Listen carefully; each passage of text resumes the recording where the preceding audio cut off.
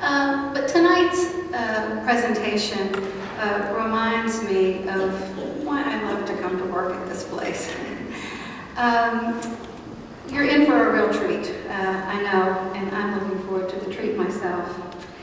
Bob Shalhope has engaged in something that historians call these days microhistory, the study of one man or one place or one seemingly small event as emblematic of a much larger time or trend or movement or era.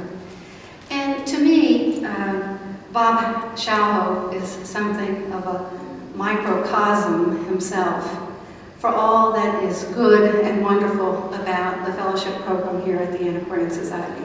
Indeed, that which is the best of the fellows that we have had over the past 30 years. Bob is a writer of important works in early American history, most notably his book on Bennington and the Green Mountain Boys. But Bob is also a great teacher. The fact that you see by the program notes that he is the George Lynn Cross Research Professor of History at the University of Oklahoma doesn't tell that that is the highest teaching award that is given by that university, and it is an award well deserved. Bob is also a great colleague, not only to the staff here at the Antiquarian Society, but the fellows that he served with in his fellowship year here in 1995 and 96. Through Bob's research, which he is going to tell you about, we came to know this fellow called Hiram Harwood, and we came to care very much about him. And the story of how we came to know him and care about him is really Bob's story, and it is the story of a New England tragedy, the life and death of Hiram Harwood. Bob? It's really great to be back here because I have a real soft spot for this society and the staff. And just a great place to work. Well, I'm going to talk tonight about the life of Hiram Harwood, an ordinary farmer who lived in Bennington, Vermont, 1788 to 1839. And the story is told primarily from his own perspective in the book, quite often in his own words, because the research for the book rested on his diary, quite a remarkable document, quite extraordinary. In single-space typescript, it runs to over 4,000 pages in length. Now, I discovered the diary while I was doing research at the Bennington Museum for the book that Ellen mentioned, Bennington and the Green Mountain Boys. And it helped me a lot. You know, when you're a historian is digging around and doing research, it's like doing a crossword. You're a jigsaw puzzle. You can put a piece here and put a piece here. And pretty soon you see the outline of what a piece should look like. Well, this diary was plugging in all those pieces, almost as if I had written it. But I could see that it was much more than that. In fact, I saw in it another book. And so on my next sabbatical, I applied here and got a NEH fellowship. And I had the good fortune of the Bennington Museum allowing me to copy the typescript copy. So I had that with me when I came here. And I had a study for Carol back in the back and put the diary down. It must have been about that tall, pages. And I'd read a page and I'd turn it over. This stack gradually receded. This stack gradually grew. So I lived with Hiram Harwood and his family and his friends and his neighbors for 9 months. I became quite close with them, and so did a lot of the staff here. I mean, I'd walk in and Joanne would say, "Well, how's Hiram today?" And Carolyn ate lunch with me just about every day, and she had to hear about Hiram. I'll save my Ellen story for later. That's really kind of the punchline. Well, the central thesis that gradually evolved was Hiram's search to achieve full manhood in a family devoted to patriarchy. Now, to make sense of this, we have to first understand the form of patriarchy to which the Harwoods were devoted. In fact, for generations, the Harwood family had been devoted ever since they lived in Cranley, Surrey County, England. This is a kind of patriarchy that involves a stem family, that is 3 generations of a family living in the same household at all times. Impartable inheritance, they didn't divide their property. The family's land, the farm, becomes the central focus and assumes the greatest meaning for all members of the family.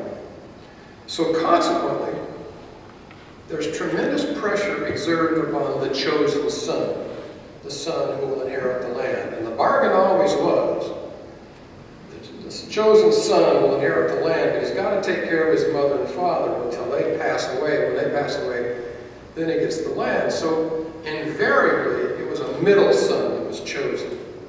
Because if you chose the eldest son, that meant you had a pretty young father and lots of time for intergenerational friction and tension. So it was almost always the middle son that was chosen. He must succeed in order to perpetuate the family, its prosperity, its position in society. Now this is patriarchy in its classic sense, not so much in the manner in which present-day feminist scholars deal with it. It was a way of life and thought that affected all members of the family, not just the females. And again, it particularly affected the chosen son. The pressure is on the chosen son. Now, Hiram represents the 6th generation in America. The first Nathaniel had 4 sons, Peter had 5 sons, Benjamin 6 sons, Peter, Hiram's grandfather, had 8 sons, Benjamin, his father, had 1 son. So as the only son, Hiram is going to have to be shaped into that dependable, disciplined, hardworking man of business. And that's a term that they use in the diary a lot, a man of business. So that the farm would survive and prosper. Peter, Hiram's grandfather, was the son of a younger son who inherited nothing and died in poverty in Amherst, Massachusetts. And Peter, with his mother and several brothers, is part of that first migration to Bennington. He's one of the founding group that found Bennington, Vermont in 1762, although then it was part of the New Hampshire grants. So the pressure on Hiram to conform was tremendous. But what I soon discovered is that Hiram was an incredibly sensitive young man who loved music, reading, visiting exhibitions, theater performances, musical events, scientific lectures. He wanted to be anything except a man of business.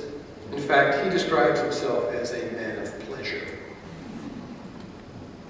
So Hiram's father, Benjamin, his grandfather, Peter, and his mother, Diadema, have to set out to shape this guy up.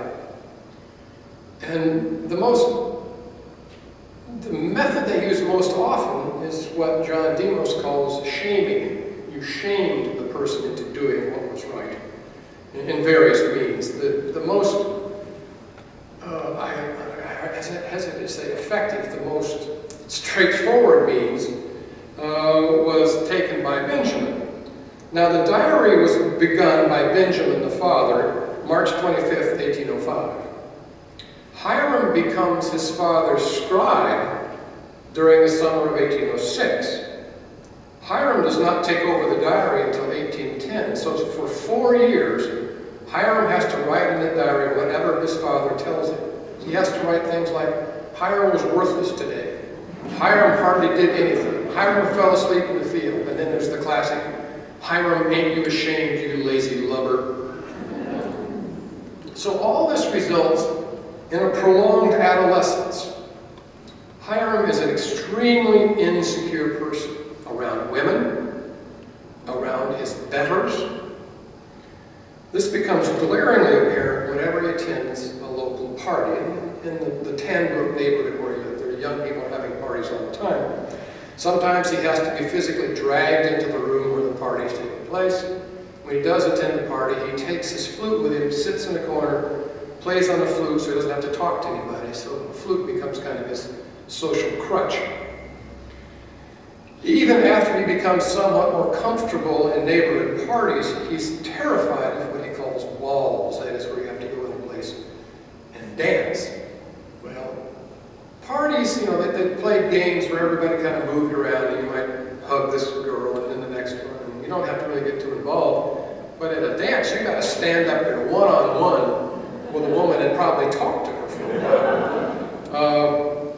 So he's acutely conscious of his own appearance. He's conscious of how he behaves around others, particularly when he goes into town or visits the Norton family of the South, who were relatively well off. They started the pottery, and then eventually kind of becomes the Bennington Potters. He constantly downgrades himself in the diary.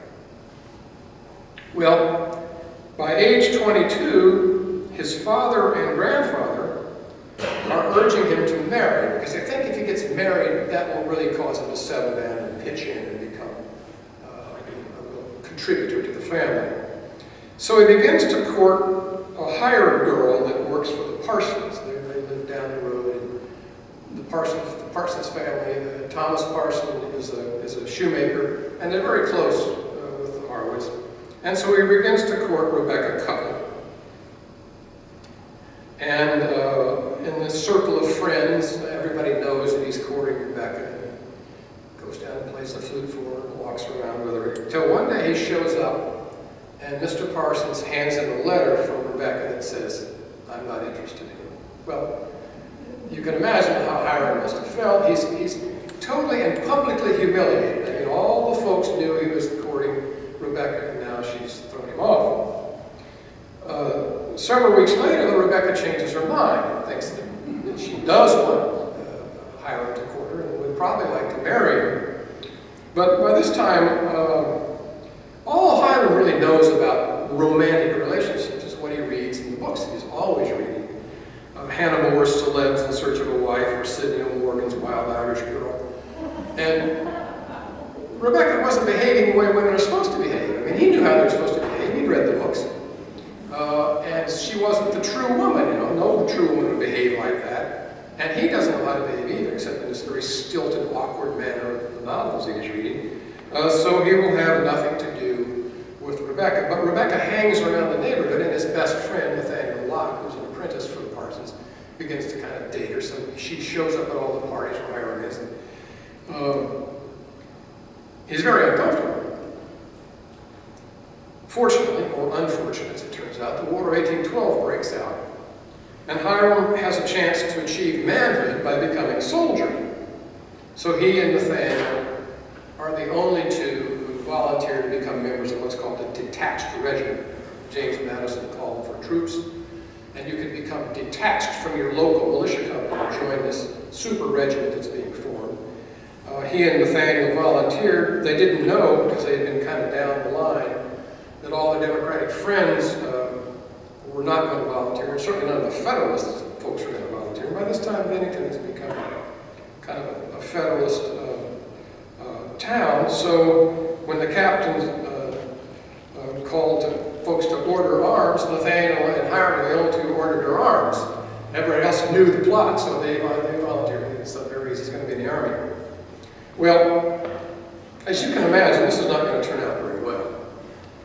Hiram joins the regiment. He marches from Bennington all the way up to Burlington, and then crosses Lake Champlain in a terrible storm, goes below us where he gets sick, and loses his knapsack, he loses his food, he loses his shirts.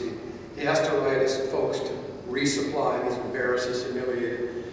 And he's just not cut out to be a soldier. I mean, when he buys this little, before he leaves, he buys this little booklet, and he's going to keep a diary of his military service in the booklet. And when he starts writing things like, he misses being on the farm and working in the fields, you know he's not happy as a soldier. And by the time they get near Plattsburgh, Hiram is no longer making daily entries in his journal. He's kind of lumping it all together. He's becoming sick. He's becoming depressed. And finally, he writes his father and asks him to send a substitute, which is common practice in those days. In militia, you could buy your way out of joining in the first place, or you could provide a substitute. Well, the substitute shows up, and Hiram marches home. Unfortunately, had he hung on just 2 weeks longer, the whole regiment was going to come home gloriously. Instead, Hiram has to march into Bennington, a disgraced Democrat in what's increasingly a Federalist town. So, again, this is total humiliation. He falls into deep depression. He doesn't want to leave the house. He does what he has to. He goes to cast his vote, and he goes to collect his pay. So he slowly begins to work his way out of this depression. He becomes increasingly comfortable around hired men and hired women. And that way, it's just easier with them. But he does visit the Norton family quite often. And at the bidding of Clarissa, their young daughter, she suggests that they strike up a correspondence. And they only live about a mile from each other. And so they do. And this correspondence, I think, accords very closely with what Lucian McMahon calls a romantic readership. That is, they talk about intimate details. Hiram can handle that because it's at a distance. She's not right there. He doesn't have to talk to me to write these letters. But at the same time, he's courting Sally Stone, who's the younger sister of Thomas Parsons' wife. And since the family needed a helpmate far more than they needed a soulmate for Hiram, what Kathy Kelly calls a reciprocal marriage takes place. That is, a marriage that's for the good of both sides, a very kind of utilitarian match that's good for the farm. I don't mean to say that he didn't care for Sally, he did, but that's the kind of marriage that they had. Well, if you thought Hiram was insecure before, you can imagine him on his marriage night. I don't know when the marriage was consummated. I do know that 5 days after the marriage took place, they weren't sleeping in the same house. Hiram described himself as not far from the horrors. About the same time I was reading that, I was reading David Donald's biography of Abraham Lincoln, and I discovered that Donald was of the opinion that Lincoln and quite a few sexually inexperienced frontier sorts had this problem on the marriage night. Well, the marriage must have been, it was consummated. Finally, the first child is born, a daughter. But now Hiram again is just as insecure with his daughter as he had been with Sally. In fact, it's months before he will mention the daughter's name. He calls her Sally's babe or our child. And I recall him visiting a neighbor child and picking the child up and kissing it. And when he comments, this is more than he's ever done with his own child. But gradually, he and Adeline form a wonderful bond. Hiram becomes a warm, feeling, sensitive father. When Hiram Hopkins is born, his son, Hiram takes to him right away. So just as Hiram is developing into a loving and responsible husband and father, he does begin to develop into a responsible, disciplined, hardworking farmer. He gradually assumes the duties that had always been performed by his Uncle Jonas. His Uncle Jonas was one of Benjamin's younger brothers, and Jonas had always kind of taken care of the marketing of the grain, taking the grain to Troy, where he bargained for someone to buy it, and then he would haggle with the merchants to buy the needed goods that the harvest needed on the farm. Well, Jonas moves to New York, upstate New York, to form his own family, to form his own farm. And Hiram takes that over and becomes very good at it. Becomes good at haggling to sell the grain and haggling to buy the needed goods. And we find him driving home in snowstorms at 3 a.m. I mean, he's buckling down. And he also begins to assume his place in the Tanwood neighborhood. People in the neighborhood begin to look to him. If there are squabbles, they'll come to Hiram and Benjamin to come and kind of work them out. He becomes a stalwart worker in the local Jeffersonian Republican political party. He was elected an officer in the Sons of Liberty. This is a group of young men who formed during the War of 1812 to help out, although Hiram and Nathaniel were the only two in the group that had served. The rest had either bought their way out or avoided the lottery. And he becomes a close associate of men who will be the leaders in the Democratic Party in Bennington within 6-8 years. By the early 1820s, Hiram takes it upon himself to move the farm in the direction of a dairy operation. You see a gradual transformation of the farm from diversified farming to a commercial dairy operation. Now, those of you familiar with New England at this time know that this is when dairying and cheese production is just beginning, and it becomes a big business. Well, this involves heavy responsibilities. Hiram is responsible for purchasing cows that will be light in time to give milk. But the hardest thing about the dairy business is dealing with the cheese agents who come around and bargain for your cheese.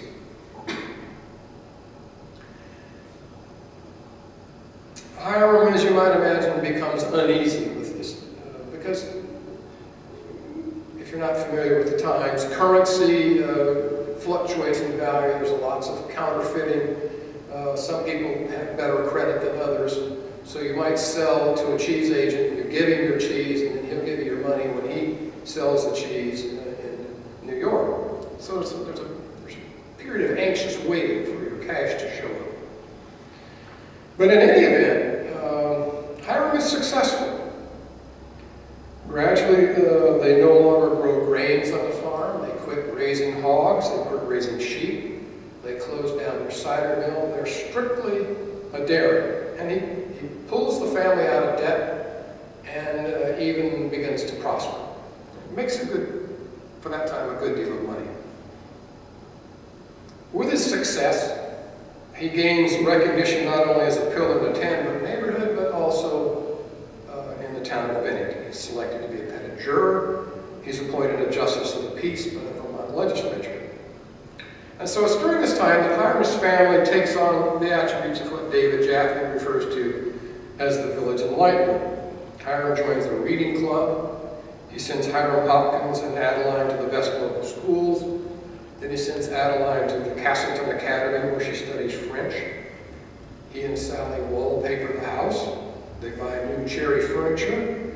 They buy pieces of silver. They have lead pipes that bring water from this distant spring right into the house. The most telling evidence of Hiram's success comes in 1835. Joseph Hinsdale creates an incredibly detailed map of Bennington Township.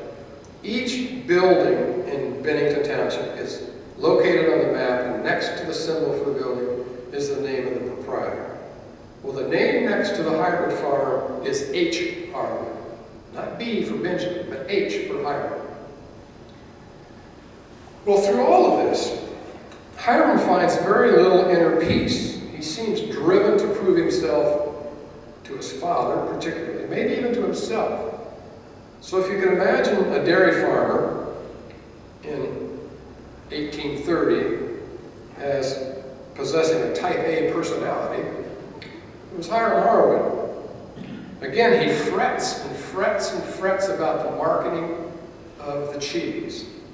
So in 1835, he sells his cheese to a person that he had never done business with before, a person who lives in Berlin, New York, a small town just across the border.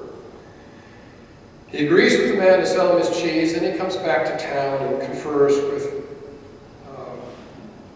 his financial advisors.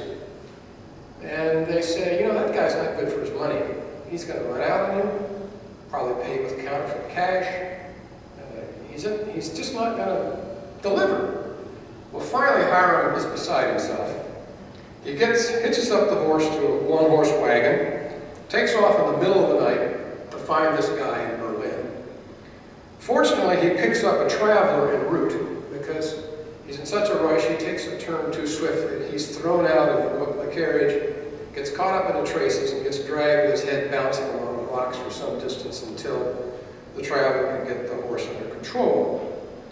Hiram stands up, dusts himself off, drops the traveler off, goes to the man's house at 2 a.m., marches in without knocking, rushes into the man's bedroom, shakes him awake as if he needed to shake him awake after barging in the house. Finally, the man calms him down and assures him that he's good for the money, and Hiram comes home, and the man does deliver the money. The problem is that from that date, October 25th, 1835, Hiram's diary is filled with a description of serious physical problems, blinding headaches, terrible vomiting, precipitous loss of weight, loss of use of his limbs, until finally, on October 23rd, 1837, his 49th birthday, he makes his last journal entry that he's a wasted man. He can't work. He can't contribute to the family. And so that by that time, this pile was here, and this pile was way up here, and I had a month left in my fellowship. Well, when you're in a place like this, you know, this is Mecca for an early American historian, you want to find some way to make use of your time, good use of your time. So an index had come with the typescript, but I hadn't bothered to look at it. I mean, after all, I was going to read it page by page, line by line anyway. So I thought, well, I'll study some manifestation, something that Hiram was interested in greater detail. Well, he had this lifelong interest in music, so I thought, well, check that out. So I turned to the index, Hiram Harwood, committed to Vermont Asylum for the Insane, commits suicide. I lived with him. He's my best friend. I staggered out of my carrel, and the first person I meet is Ellen. Bob, what's wrong? Hiram's committed suicide. Well, after I got over the shock, I realized that this could be a great boon to me as a historian, because insane asylums were just coming into being at that time. And I discovered shortly thereafter that Vermont insane asylums records were intact, and Caroline intervened, and within a matter of days I had a Xerox copy of Hiram's medical records. So I had a record of everything the doctor was prescribing for him, everything Hiram was saying and doing, everything the doctor was saying about Hiram. So this was great. William Rockwell, the asylum's superintendent, diagnosed Hiram as a confirmed case of monomania, a single pathological preoccupation in an otherwise sound mind. Now that was kind of the end diagnosis in that day. And this monomania was caused by hypochondriasis. Well, a person suffering from hypochondriasis at that point in the early 19th century differs some from today's hypochondriac. The term, the hypo, was very common. Abraham Lincoln used it all the time. It just meant depression. But most alienists, folks involved in what we would call psychology then, assumed hypochondriasis to be a physiological problem emanating from a disturbed stomach and bowels that created bad blood that eventually worked its way to the brain and caused you to behave in strange ways. So what we find in Rockwell's records is that Hiram and Rockwell simply talked past one another. Because Rockwell is determined to solve Hiram's physiological problems, his stomach and bowel problems, so that the moral therapy that was practiced in every insane asylum in the 1830s could then take effect and we could cure him. So we find Hiram coming to the doctor talking about the fact that he's going to die tomorrow. He's in terrible pain, he's lost the use of his leg. These terrible utterances by Hiram, and the doctor just writes, appetite good, bowels regular. Rockwell also loads Hiram up with powerful narcotics to calm him so that the moral therapy can do its good. Now, most of these drugs exacerbated Hiram's condition. Stramonium, for example. I had to go and look at old pharmacopoeias to understand what these drugs were, because nobody would use these drugs anymore. Stramonium, for example, was used by Rockwell a great deal. Now, in small doses, it will soothe the smooth muscle tissue of the stomach. But in too large a dose, or over too extended period of time, it almost always leads to mental confusion. Well, as an appendix in my book, I offer what I consider a hypothetical analysis of Hiram's medical condition. And the way I came at that is I typed up all the symptoms that Hiram described before he went to the insane asylum. And I took them to surgeons, and I took them to the head of neurology at the medical school, and to a man, quite independently, one another, they came up with subdural. He suffers, I think, from a chronic subdural hematoma. That's a blood clot between the dura and the brain caused by his head being banged. Today, shaken baby syndrome amounts to the same thing. Today, you have a CAT scan, drill a hole, and drain it. You're gone. But if left untreated, it always leads to very serious depression, one that can reach psychotic dimensions. And certainly by the time Hiram is in the insane asylum, this is what's happened. Because he says to the doctor, I know you've been authorized by the law to do away with me. My liver is disintegrating. I smell so badly no one can come near me. Well, if you check into the Diagnostic and Statistical Manual of Mental Disorders, you'll find these are classic symptoms of psychotic depression. Nonetheless, Hiram's bowels must have been regular and his appetite must have been good, because on April 3rd, 1838, Rockwell released him from the asylum with the notation improved on his condition of discharge. Now, I don't have any record of Hiram after he leaves the asylum, but the record I have of Hiram before he went into the asylum, he talks about doing many foolish things and saying strange things, and his family was worried about it. So you can imagine when he comes home from the asylum, having been loaded up with all those drugs, he must have indeed done many foolish things and said terrible things. In any event, on March 6, 1839, the family finds him hanging from a rafter in this new barn that he had constructed supposedly as a monument to his hard work, just as his father had considered building stone walls on the fence on the property, kind of a monument to his hard work. So today, if you travel approximately 2 miles south from the meeting house in Old Bennington along the old Pannell Road, you'll encounter a stone marker on the west side of the road commemorating the site of the Peter Harwood farm. In Bennington, they've put markers to commemorate pioneer families. This, the last remaining vestige of the determined quest begun by Peter Harwood in 1762, stands as new testimony to the effort that had cost Hiram his life. Now, it's my firm conviction that when a historian sits down in front of his or her computer to begin to write an essay or to write a book, they should have posted on the wall above that computer in very large letters, "So what?" What's the significance of what you're doing? What's the significance of what you're writing? Else you needn't bother. So let me touch just briefly on a few items that I think we can glean of significance out of a study of Hiram's life. A historian's responsibility, it seems to me, is to recreate the past to the best of his or her ability. And we know a great deal about the Jeffersons and the Adams and Hamiltons. It's the ordinary folks that are missing. They're the ones who fall through the cracks. We've had a great press of social history lately, or in the last several decades.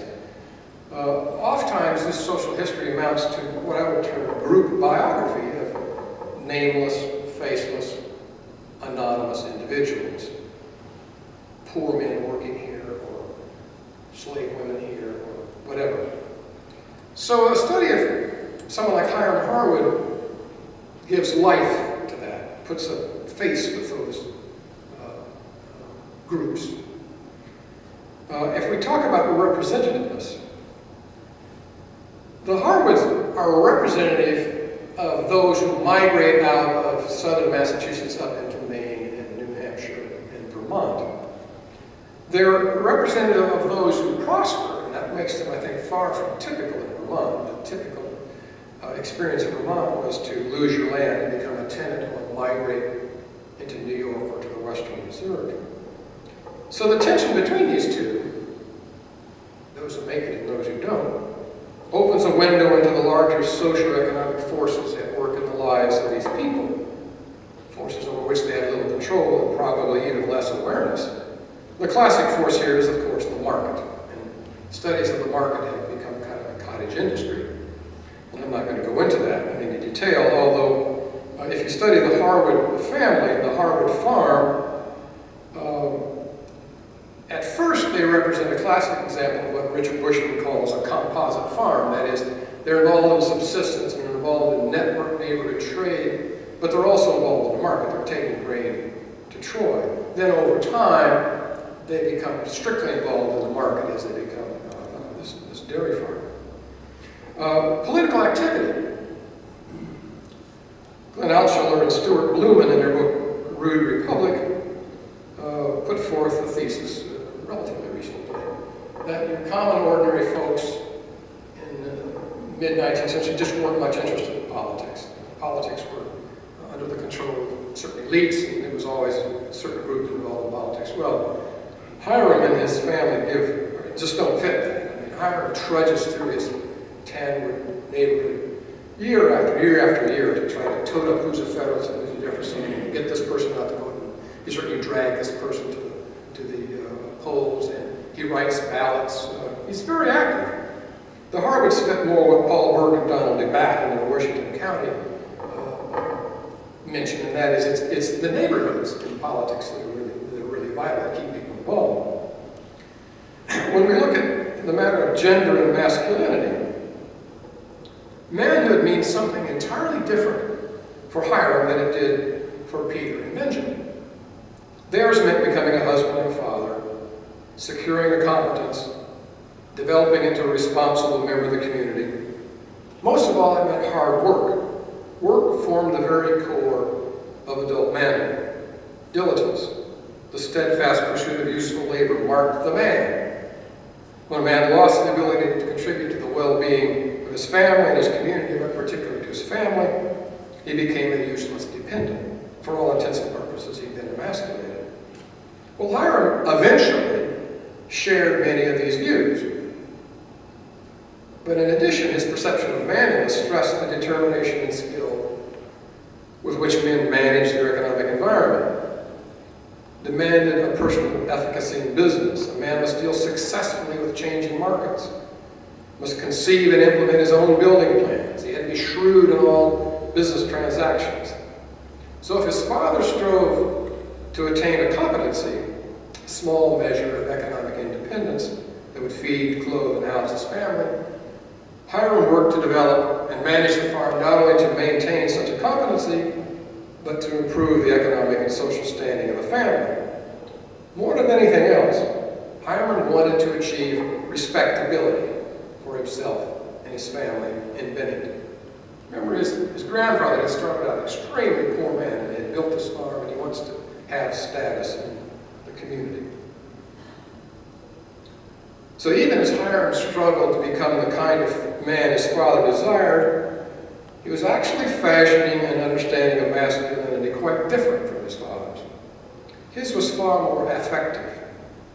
Hard work and a sense of duty to family and neighbors certainly remained important to Hiram, but so too were sensibility, gentility, new forms of sociability, his love of literature, letter writing, keeping a commonplace book, shared discussions of books and theater and musical performance involved a sensitivity quite foreign to Benjamin, and it oftentimes antagonized Benjamin. And in many ways, then, Hiram was constructing an image of manhood that more closely resembled the male figures in the novels he was reading than it did his own father. The matter of patriarchy, I mentioned previously.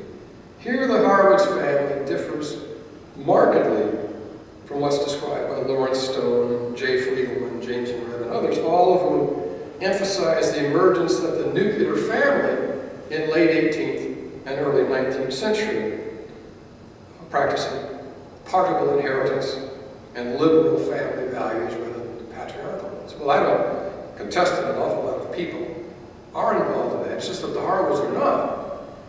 And what I found in the Harwood family and in their neighborhood is that they are involved in far more traditional ways of thinking, traditional ways of doing things than a lot of the secondary literature today would lead us to believe.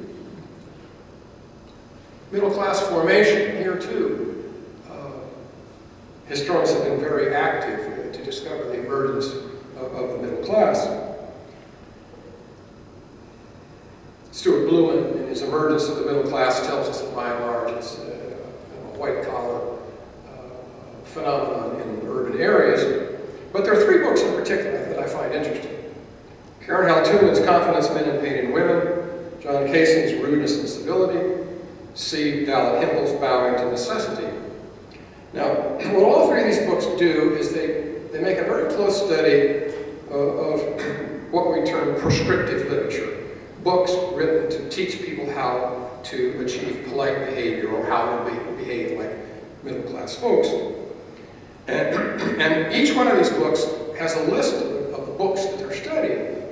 And when I combined all of them, we have over 500 books. Now, man, there's a lot of overlap. Hiram read 3 of those. They're almost all published long after Hiram was dead. But if you look at the Harwood family, they're manifesting what you have to see as middle-class ways of life, middle-class beliefs. They're temperate, they're moderate, they're disciplined, they're self-disciplined, they're hardworking, they dress right, they eat right, their house looks right. Where do they get it? Well, that's hard to imagine, but they get it several places, I think. If you've ever read Benjamin Franklin's Poor Richard's Almanac, you'll find that that's what he's preaching a long time before. And if you look at the almanacs, and there's plenty of them here, and that's when I looked through a lot of them, you find that the almanacs that Hiram is reading, written in the 1820, for each day there's almost like a little poem or a little ditty that explains some manifestation of the way you're supposed to behave. But it all emphasizes being neat, being clean, working hard. All of these values that we find that are supposedly urban later on, you find in these almanacs. Noah Webster's Blueback Speller, his Grammatical Institute, is filled with all these little homilies that preach these very same things. So I think that a number of historians now are beginning to look at rural areas and rural gentry and rural folks and finding that what we could term middle-class values are emerging there. Well, the Harwoods are a classic example of that, it seems to me. If you look at religion, now Hiram's family, the Harwoods, come from, they're strict congregations, they're separate congregations. They believe in the conversion experience before you can be a full member of the church. Hiram has trouble with that. He knows he's supposed to have a conversion experience, but it just never comes along.